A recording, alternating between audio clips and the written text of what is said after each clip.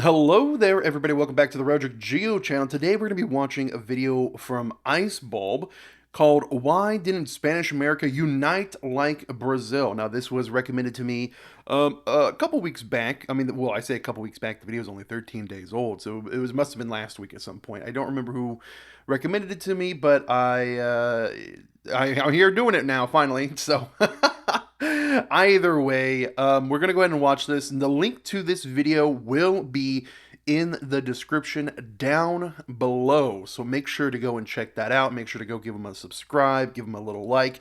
I've not seen their other content. I've not seen any of their content. We're going into this blind. I already like it. It looks like we have like Argentinian country balls, but is this this is not Argentinian's flag because I don't recognize the symbol in the middle here. Interesting. Okay. Thank you for watching the video, or thank you for watching. I hope you enjoyed the video. NASA. Whoa. And then we have a bunch of stuff right here. Kevin MacLeod, licensed under Creative Commons by Attributes 4.1 license. Okay, so we have some music in there. Interesting. So why didn't that is a good question. Why didn't Spanish America unite like Brazil? Because as you all know, Brazil, Portuguese speaking, Portuguese in origin. All the other countries, aside from like French Guiana, right?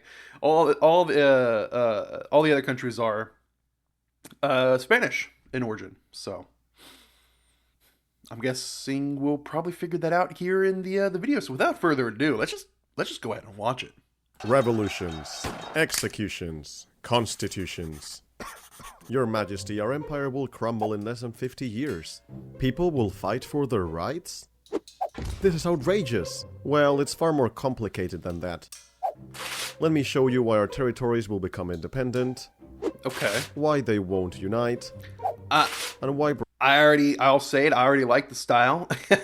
It's fun. Brazil will. I'm listening. After Columbus landed in the Bahamas, Spain's possessions in the Americas now looked a bit like this. That's crazy. Argentina wasn't originally under Spain, and I guess not part of Chile down there neither. Huh. This whole section, huh? That's crazy. Look at that. How? Just how? How? Such a vast empire was divided into viceroyalties, which in turn were divided into intendancies or captaincies, which in turn could be divided into provinces, which in turn were divided... Why are you speaking in past tense? I'm actually explaining this to people in the 21st century through a magical device. Anyway, the real division was between criollos and peninsulares. Criollos were people of Spanish descent, born in the Americas, and peninsulares were people of Spanish descent, born, you guessed it, in the peninsula. Interesting. I hadn't heard those terms before. Legally, they were equals, but in practice... Do you have what it takes to be my new viceroy and exercise authority on my behalf? I think so. Wow, you've got an excellent resume. Congratulations. Now please check the box that applies. Get out. Even though criollos were white and born to Spanish parents, they had it much harder to access important roles in politics. Those were normally awarded to the few peninsulares that lived there. I wonder, I guess this term probably relates to me because I am Mexican, right? Like when I'm of Mexican descent, but I am very white, right? Now, I wasn't born in Mexico. I was born in Southern California, not South California. I was born in LA, but you know, anyways. Criollos were privileged, but not as privileged as peninsulares. And as you can imagine, this angered them quite a bit. It's 1796, and Spain and France have just become allies against the British after signing the Second Treaty of San Ildefonso. Spanish America was only allowed to trade with Spain, so the British answered with a blockade.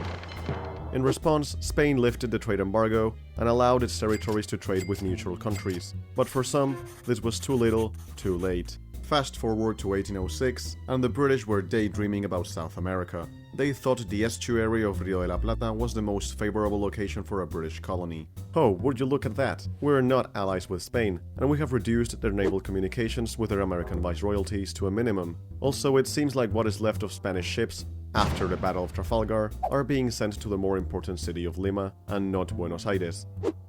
We should invade. They sailed up the estuary Really? and attempted I didn't know this was a thing. This is interesting. an invasion. They saw some success at the start, but they were ultimately defeated by local militia battalions led by revolutionaries with little to no help from Spain. Where was Spain, you may ask? King Charles was probably enjoying his favorite sport. After all, he wasn't dubbed the Hunter for nothing. The affairs of the state were left to his wife, Maria Luisa, and to his prime minister, Manuel Godoy, who according to Napoleon was the de facto king of Spain. And as you may have guessed, Maria Luisa and him were very likely lovers. Napoleon promised Godoy that he would split Portugal with him, so Godoy allowed French troops through Spain to invade Portugal, which made the Portuguese royal family flee to Brazil, moving the capital city of Portugal from Lisbon to Rio de Janeiro. I remember this. A bit of foul play by Spain. What's that noise? I'm sure an armed, angry mob at night is not a good sign. I better hide. And what should I do? You're my mistress. You better run for your dear life. It's over, Godoy. Where is he? It's fine. We'll wait him out. Someone please give me water. The Spanish people hated Godoy, and the mutineers believed that the king had given all the power to someone born in poverty, so they forced King Charles to dismiss him. Oh boy, that rabbit stood no chance. Godoy, you're dismissed. And I abdicate in favor of my son, Ferdinand VII. Yay! Beat it, Dad! Now, to say that these two hated each other would be an understatement, and their fight for the throne gave Napoleon a bit of a headache, so he invited the royal family to Bayonne and forced both of them to abdicate in favor of himself. He then exiled them, and with the French troops already in Spain, he occupied it, crowning his brother Joseph king of Spain. See, I didn't know this either. Why don't I know history? I thought I knew history really well, but I didn't know that this happened. To literally no one's surprise, this wasn't well received by the Spanish.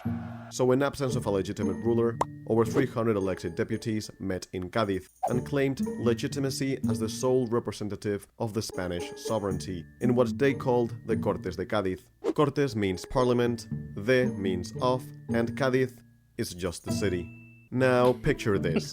You're a criollo from the Americas who has witnessed the triumphs of the French Revolution and the American War of Independence. Two perfect success stories. Napoleon's invasion of Spain was the spark needed. Criollos had the perfect excuse to revolt without betraying the Spanish crown, as, well, there was no Spanish crown anymore. Even some royalists joined the Criollo Revolution, unhappy with a Frenchman ruling over Spain. A new form of self-government, independent from Spain, emerged, the juntas.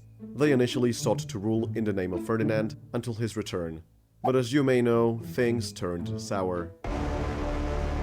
During the May Revolution... It's interesting how all that, like, this whole segment here, where France essentially took over Spain, that led to all these independent little regions forming their own countries, essentially. So what is what I'm assuming is what's going to happen.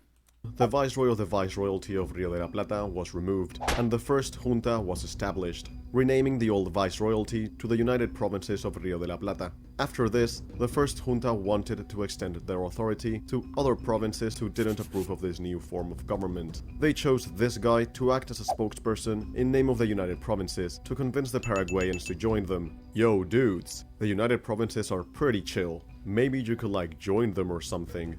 You're like the most hated Paraguayan ever, according to some historians. Leave now or we'll arrest you. Got it? Yes. They totally want to join. This caused Buenos Aires to make the disastrous decision to send troops to subdue Asunción. The province of Paraguay was able to hold them back, which should have come as good news to Spain, except it didn't. The Spanish governor of Paraguay, believing the battle was lost, fled Paraguay and caused a panic in Asunción. So we lost the battle. And we're all gonna para-die! It also didn't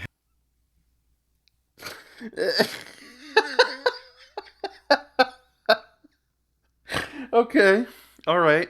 help that he asked for military assistance to the Portuguese, who were hated by the Paraguayans, and that he stopped paying his troops. This inevitably caused a military uprising, and the once loyal province created a power-sharing junta and sent a letter to Buenos Aires expressing their will to be independent, but within a confederation of countries. Something which Buenos Aires was completely against, but they accepted. You see, Buenos Aires Wanted to unite all of the provinces into a unitary state, with the Buenos Aires province holding all of the power. Some of the provinces, expectedly, wanted some power for themselves too. But why? Well, you would think that a power vacuum at a continental scale would leave many wanting a piece of the cake. And you'd be right. Caudillos, or warlords, rose throughout Spanish America, as they attempted to take a small region for themselves. Oh wait, who's this guy? He must be Simón Bolívar. Born in a wealthy No, I know Simon Bolivar. I recognize that name. Caracas, Bolívar went to Spain to study, where he met the love of his life, Maria Teresa. You're a jewel without defects, valuable without calculation. This pickup line somehow worked, and they got married. Bolívar was madly in love. Isn't life beautiful? The sun is shining, the birds are singing, and the rats are feasting on something or someone. Only a tragedy could now cause me to try to unify South America and seek independence from Spain. That's oddly specific. The happy couple traveled back to Venezuela, and tragedy struck. All of a sudden, Maria Teresa fell sick to malign fevers and died shortly after. Bolívar was devastated. He had already envisioned a life with her, and now she was gone. Willing to mitigate his immense grief, he traveled to Europe. It would be in his travels through the continent where he would be influenced by the Enlightenment, which, in a nutshell, was an intellectual and philosophical movement whose central doctrines of individual liberty and religious tolerance were incompatible with an absolute monarch. The void left by his wife's death got filled with politics and an urge to liberate his homeland. In his own words, he now followed Mars's chariot instead of Ceres's plow. According to some historians, Maria Teresa's death has perhaps been one of the key events in the history of the New World. I will give no rest to my arm, nor rest to my soul, until I have broken the chains that oppress us by the will of the Spanish power. Cash or card, sir? I'll pay with freedom. It declined. Cash. He went back to South America, where he participated as an observer during Venezuela's declaration of independence of 1811. Wow. However, due to an earthquake and various royalist counter-revolutions, the republic was very short-lived. Bolívar traveled to Cartagena, seeking support for the revolutionary cause, and wrote the Cartagena Manifesto, blaming federalism for the fall of the First Venezuelan Republic. He was also given an army, which he used to defeat the royalists in Ocaña and Cúcuta. Oh, and who's this? Could it be José Francisco de San Martín? He was born in the Viceroyalty of Rio de la Plata. After fighting in the ongoing Peninsular War for Spain and being influenced by the Enlightenment during his stay in Cádiz, he traveled back to Buenos Aires to support the independence of South America. On his arrival, he was appointed Lieutenant Colonel of Cavalry. But he first had a problem to deal with. I've heard he's loyal to Spain. Well, I've heard he's a British spy. I've got a better one. I've heard he sleeps with his teddy bear. Hey, those are all false, especially the teddy bear rumor. He quickly found himself in a race against time to prove his loyalty to the independence cause. So when he received intel claiming that the royalists were planning to land in the town of San Lorenzo, he knew he had to get there first. He gathered his men and traveled over 300 kilometers in 5 days under the scorching summer sun, overtaking the royalists, who traveled by ship on the river. San Martín got there first, and knowing that the royalists intended to raid the San Carlos convent, he concealed his men inside. Hey, put out the fire, and don't say a word. We don't want to be detected by the Spanish. Good night, everyone. At dawn, the troops prepared their formations behind the building. His plan was to wait for the royalists to land and head towards the convent to make a surprise pincer movement and trap the enemy forces. These two columns would consist entirely of 60 cavalrymen each, whilst the infantry would stay inside the building and fire only in case of a retreat. When the time came, the royalists landed here and not here, as originally planned, but San Martín went in. His column was the first one to reach the enemy, and he led the charge himself. Cannon fire rained on the charging men, and San Martín's horse got killed, trapping him underneath. But after seeing him bravely lead the charge, his men weren't going to let him die. When a royalist was about to stab San Martín with a bayonet, a patriot saved his life, and another one freed him, just before being shot twice.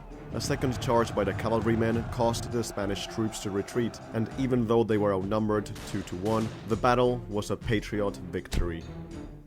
This is great. I'm just gonna say it right now. We're only a third way through the video. This video is fantastic. I love the way that the video is laid out and presented. It's very fun. It's a very fun and yet informative video. San Martin had proven his loyalty, and after the victory in San Lorenzo, He was appointed commander of the Army of the North. I wonder maybe if it's because of the country ball, like the little funny segments, the comedic bits are they work better, right? And I think it's just with this country ball motif that it works really, really well. I mean, I've watched several other videos that, similar vein to this, historic, but tried to be a little bit lighthearted in some segments, and honestly, it really didn't work. But I think with this, like specifically with the country ball stuff, it's good, right? It blends in well, and it's pretty funny.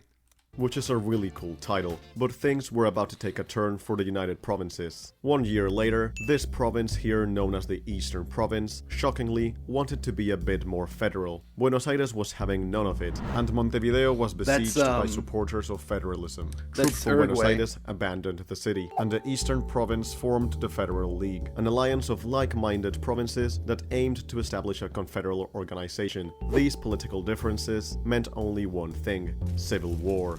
Hey, Paraguay, care to help? No, I won't be taking part in any fights with other provinces. No problem, we're blockading you. No problem, I'm declaring full independence now. No problem. Oh.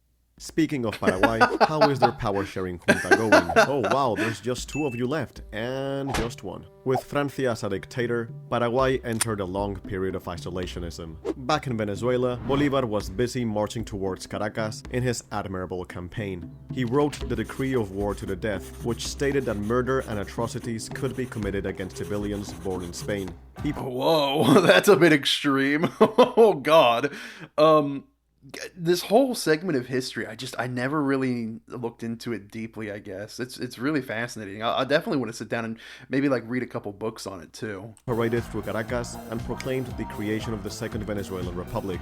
Breaking news! The Peninsular War is over! And Ferdinand is king again. The Cortes of Cádiz had approved the first Spanish constitution in 1812, which basically said that the king didn't hold all of the power anymore. The people did, And he had to rule according to the constitution. It also extended political rights for representation to Spanish America and the Philippines. I'm sure the king will gladly accept the constitution. This is trash. This is trash too. And this is trash too. After abolishing the gains of the liberal constitution of 1812 and returning Spain back to an absolute monarchy, Ferdinand set his eyes overseas. let's reconquer Spanish America. Royalist troops, already stationed in the Americas, retook control of Venezuela and ended the Second Republic. Bolívar traveled to Cartagena, seeking support from the new Granadian government, but they gave him an army to capture Santa Fe from other revolutionaries instead. After being denied men and supplies from Cartagena, which had recently been taken over by another revolutionary, he besieged the city, but after a month and a half, he became disillusioned and self-exiled to Jamaica. And after escaping an assassination attempt, he traveled to Haiti. Meanwhile, royalist troops from the peninsula were pouring in and quelling rebellions throughout Venezuela, New Granada, This and is Chile, effectively crazy. completing a partial reconquista after taking Santiago, Margarita Island, and finally Santa Fe. In Haiti, Bolívar received help from its government. But you must free slaves in South America during your Yes. He then led Republican forces in Angostura and captured the city. Promising freedom to slaves that joined his liberation army, which was common practice by both sides, who recruited mestizos, indigenous people, or slaves, and promised them social improvements if they won. Even a small amount of criollos supported the royalist cause, but only if it benefited their commercial interests. Back in the south of South America, the Portuguese had just annexed by force the Eastern Province. Guys? Could you please I didn't know help? that. Did you hear that? No. Anyway, I want to cross the Andes to help with independence in Chile, but we should officially declare independence immediately before the crossing, to act as a sovereign nation and not as a mere rebellion. Makes perfect sense. Done. And we should become a monarchy so that European powers have an easier time acknowledging our independence. Never mind. But before we continue, we must get to know Bernardo O'Higgins, the son of a viceroy of Peru, who was of Spanish and Irish ancestry. You see, San Martin and O'Higgins were part of the Lautaro Lodge, a secret club seeking to apply the goals of the Spanish Enlightenment and promote the independence of South America from Spain, and they became good friends. Before the crossing, San Martin received provisions from both the government of Buenos Aires and the provincial caudillos, without fully allying with either one, as he considered that the civil wars didn't take priority over the war for independence. Both San Martin and O'Higgins crossed the Andes, and after some victories and some losses, they ultimately won the decisive Battle of Maipú, expelling the royalists out of Chile. I really need to look into this history. This is fascinating. I never knew like the extent of the war fronts and the battles and all that. San Martin was offered control over Chile, but he rejected it to help liberate the rest of South America, so O'Higgins was proclaimed Supreme Director of Chile instead. You may have noticed something by now, and that is that many areas of Spanish America were becoming independent at very different paces, which meant that the idea of a superstate was already fractured from the start. Yeah. Back in Venezuela, Bolívar and the British... Hold up. The British? Yeah, during the Peninsular War, the British had declared neutrality in the Spanish-American Wars of Independence, as they wanted to keep Spain as an ally against Napoleon. However, after Napoleon's defeat, they started sending troops. It's crazy, like, just how small of a time frame this is all taking place. It's not even like it was a long time ago. I mean, the early 1800s, you know, the 1810s decade, pretty much, so far is what we've seen, and it's really not that long ago. To help Bolívar's revolution.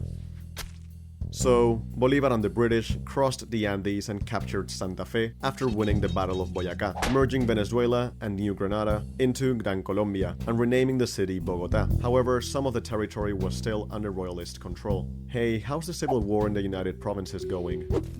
Oh, after the Federal League won the Battle of Cepeda against the unitarian government in Buenos Aires, they reached a federal agreement with the Buenos Aires province, in which each province became sovereign and a federal government replaced a national one. I hope this marks the end of the civil wars between Federalists and Unitarians. It won't. Now you might be asking, what's going on in North and Central America? This was going on. Yeah, that story is crazy. So let's go step by step. We want Florida. What? We're willing to settle some border disputes in Texas and offer $5 million to our own citizens who have financial claims against your government. Look, it's either this or invasion. Cuba and Puerto Rico remained part of Spain because they were undergoing a period of economic bonanza, and by economic bonanza, I mean very profitable slavery. After the Haitian slave revolution, the sugar plantations in Cuba and Puerto Rico were in very high demand, and slave owners in both islands were fearful of a slave revolt or abolition if they were to become independent. Also, there was a very strong Spanish military presence, so supporters of independence were kept at bay. On the other hand, the Captain General of Santo Domingo, seeing that his island had been abandoned by Spain, declared independence from Spanish rule, changing the name of the territory from this to Spanish Haiti. And it got peacefully annexed by Haiti 3 months later. The same couldn't be said about New Spain or the Captaincy General of Guatemala, which was divided into the provinces of Guatemala, Comayagua or Honduras, San Salvador, Nicaragua y Costa Rica, and Chiapas. After both of them gained their independence, they joined and formed the Mexican Empire. This guy, Agustín de Iturbide, wrote the plan of the 3 guarantees, so that Mexico would become a constitutional monarchy. If the Mexican Empire would have stayed, it would have been just an absolute powerhouse, wouldn't it have?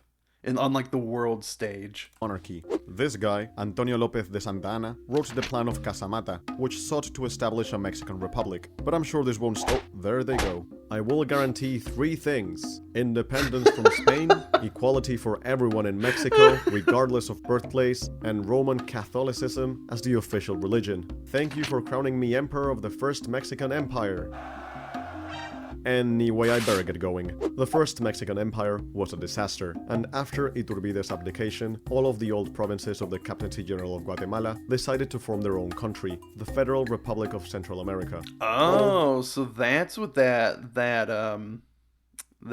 okay. See, I didn't know this flag. This flag is unfamiliar. It was unfamiliar to me. Except one. I want to stay with Mexico. I want to stay with Guatemala. No, you don't. The region of Chiapas had a very strong Chiapan Indian identity, as the rugged terrain had kept them isolated from the rest of the Captaincy General, so they wanted to be Mexican. This southern region of Chiapas, Soconusco, wanted to remain a part of Guatemala, but was claimed by Mexico too, so the region remained in a gray area for some time. The rest of the provinces went on to form the Federal Republic of Central America, each with their own identity, culture, and political ideology. But I'm sure they won't start a civil war over this.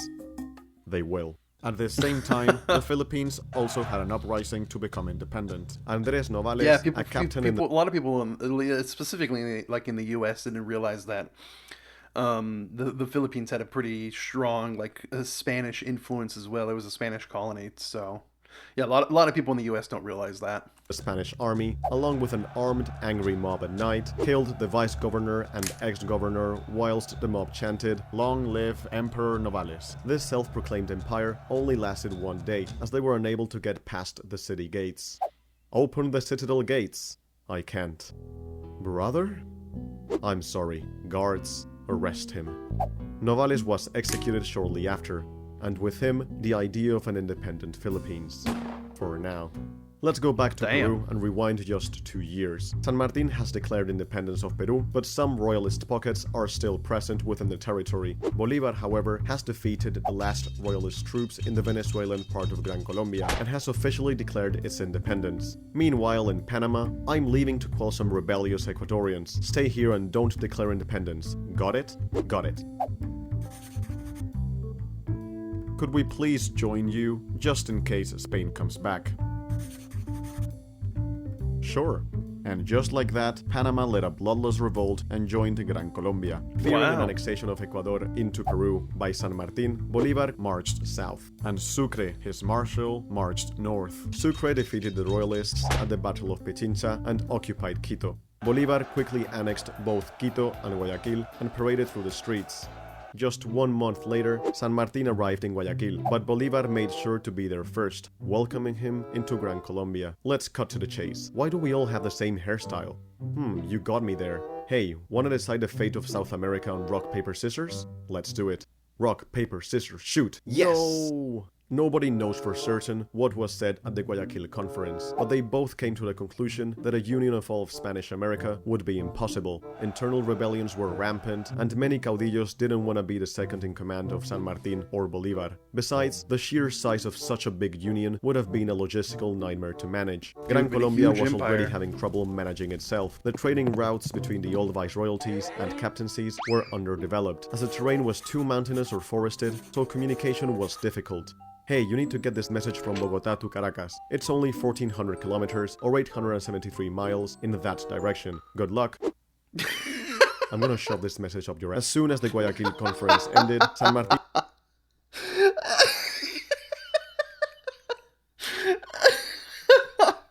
surrendered his army to Bolívar and traveled to Buenos Aires. But tensions between Unitarians and Federalists were so high in the city that he left for Europe with his daughter. Bolívar's focus was now on extinguishing the remaining royalist strongholds in Peru. With the help of his best marshal, Sucre, they won a couple of battles and besieged the port of Callao. Peru was about to be liberated completely, and Bolívar was named dictator of Peru by the Peruvian Congress. Meanwhile, Sucre managed to secure the last royalist stronghold in Upper Peru. With a victory in the Battle of Tumusla, he called a meeting to decide the fate of the newly liberated region. They could either unite with Peru, with the united provinces of Rio de la Plata, or become independent, which angered Bolívar. It's said that they named the country Bolivia to appease him. Finally, the last royalist forces at Callao surrendered. Bolívar wrote the constitution for the Peruvian Republic and went back to Gran Colombia, leaving Peru under a governing council led by one of Bolívar's generals. Meanwhile, in the east of the continent, I want this.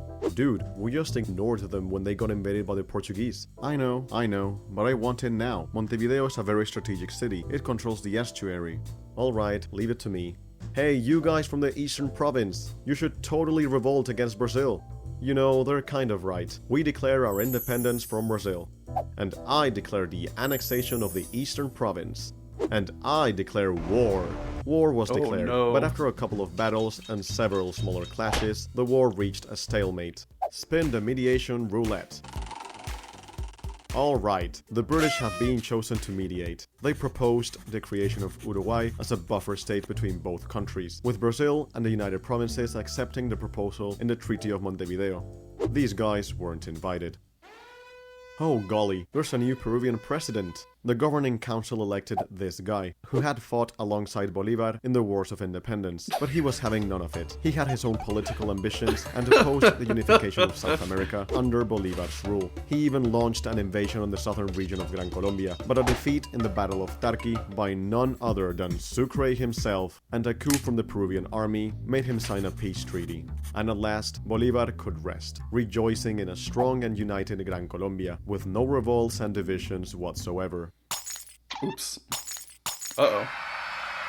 After numerous revolts and divisions, and maybe, just maybe, Some support and financial aid from the British, Venezuela became independent, and José Antonio Páez was named president. You're exiled. And I'm independent too. This couldn't get any worse. Your only friend Sucre has been assassinated in a random Colombian jungle, and you've got tuberculosis. Due to the political differences that existed between supporters of federalism and centralism, the regional tensions amongst the people that made up the republic, and caudillos, Gran Colombia split into New Granada, Ecuador, and Venezuela. Don't worry, I'm not forgetting about these guys. Surely this mix of different cultures, dialects, and ideologies will hold up, right? You get where this is going. A civil war broke out as the Federation couldn't agree on whether to implement liberal or conservative reforms. Nicaragua was the first to secede, followed by Costa Rica and Honduras. Guatemala was caught in a civil war within a civil war when the state of Los Altos declared independence from Guatemala itself. We're too different politically, but I'll be happy to join the Federation. Get back inside. Okay. Guatemala seceded from the Union and forcibly annexed Los Altos back. Remember this region here claimed by both countries? During the turmoil, Mexico annexed a big chunk of it. I declare independence too! El Salvador essentially declared independence from itself, as it was the only state left in the Federation. Wait, does it say Empire of Brazil? How did they manage to remain whole? After all, Spanish America had disintegrated into this mess. In 1815, the Portuguese royal family elevated the status of Brazil From a viceroyalty to a kingdom. but with no nobility there, John VI started selling nobility titles. He also removed trade embargoes, Enacted several economic reforms, and built universities and theaters. Brazil quickly went through a period of economic boom. The people once saw the king as a foreign oppressor, but they were now seeing him as this really chill dude living in Rio and enjoying the beach and Brazilian cuisine. His children were even raised like Brazilians. Wait, what are those? Whoa, buddy, you don't think this economic growth is sustainable? Yeah, no one talks about the biggest slave trade in the Americas is from Brazil.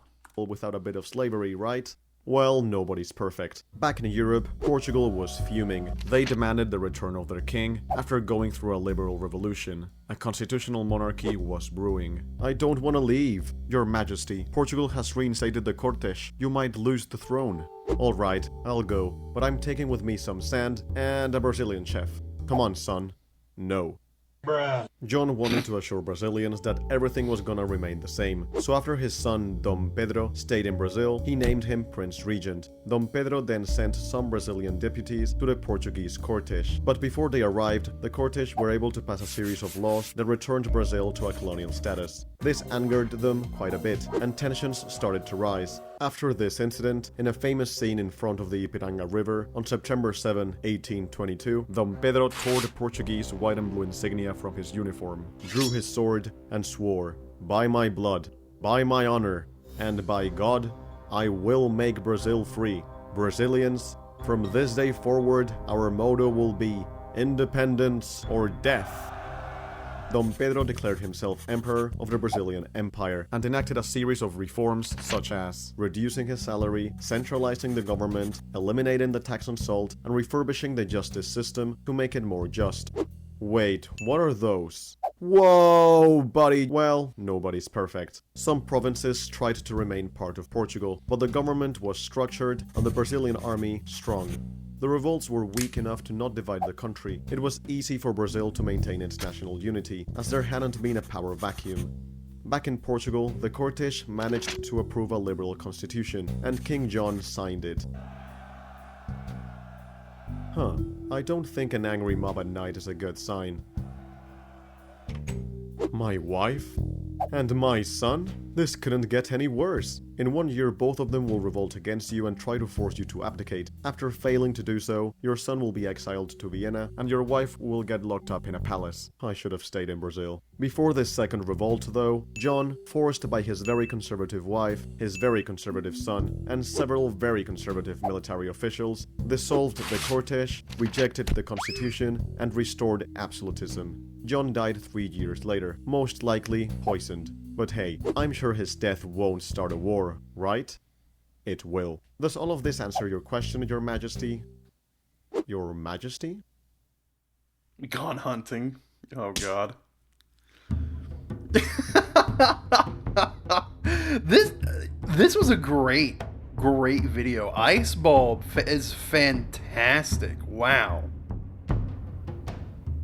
This is wonderful, man. This is actually genuinely wonderful. Did their subscriber amount go up? I could have swore at the beginning of the video it was like 4,000. Did it go up? I think it did at some point. Interesting. Yeah, great video. Absolutely wonderful video. There's a little epilogue here at the end. We'll go ahead and wait for the credits to go through and we can watch that as well. Highly recommend it. Go and give this guy a subscribe, all right? Go watch the video as well without my interruptions. This is great, dude.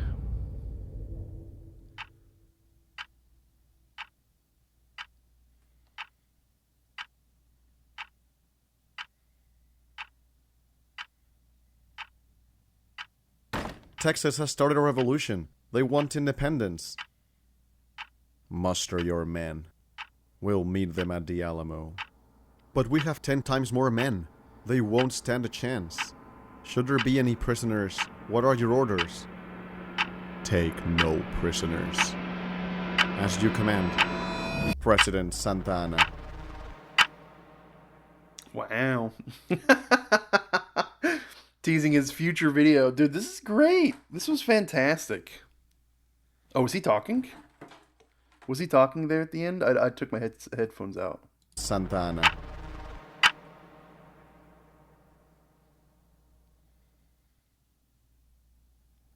No, there was no audio at the end. Okay. Yeah, highly recommend this. This fantastic video. I'm kind of interested to see what other videos he has. Wow. Holy heck. Okay, well. Super in depth. I really liked it. I really liked it a lot. You need to go and watch Revolution this again. Let's go ahead and read some comments, though. That's what I like to do. I like to read some new comments. I like to read some top comments. So yeah, let's see what is up. I was not expecting the bit of Brazilian and Portuguese history at the end. You clearly did your research. It's funny that in Brazilian historiography, oh, this is a weird word, we make opposite questions. Why didn't Brazil dismember like Spanish America? I swear if the answer is it's basically Napoleon's fault, I'm going to lose it. It's basically Napoleon's fault. This dude is the oversimplified of country balls. Avoid 2029 to 2034, bro. What are you planning? What did we miss there? Oh. Oh no. As an Argentinian and a lover of YouTube informative videos, God, I cannot read today. I must say that this is the most accurate depiction of South American history, which is quite something. As the continent is usually forgotten in historical accounts, USA narrative tends to merge Mexico with all of South America, which isn't even in the same hemisphere. That's true. I mean, this was super in depth. I really liked it. As interesting thing that can be noticed is that whenever someone's from another country mentions Brazil and talks about it, there's always Brazilians to come and watch and been a subscriber. Brazil was the Portuguese royal family. Dom João the Sixth moved to the seat of the Portuguese government from Lisbon to Rio de Janeiro in 1808. There is a very interesting historical fact here involving Brazil. During July and December 1822, Brazil occupied Upper Peru at the request of the governors, who feared an invasion by Bolivar's forces. Later in 1825, the Empire of Brazil would occupy part of Bolivia.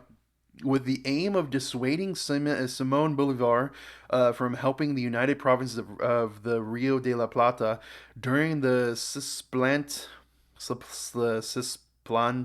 War.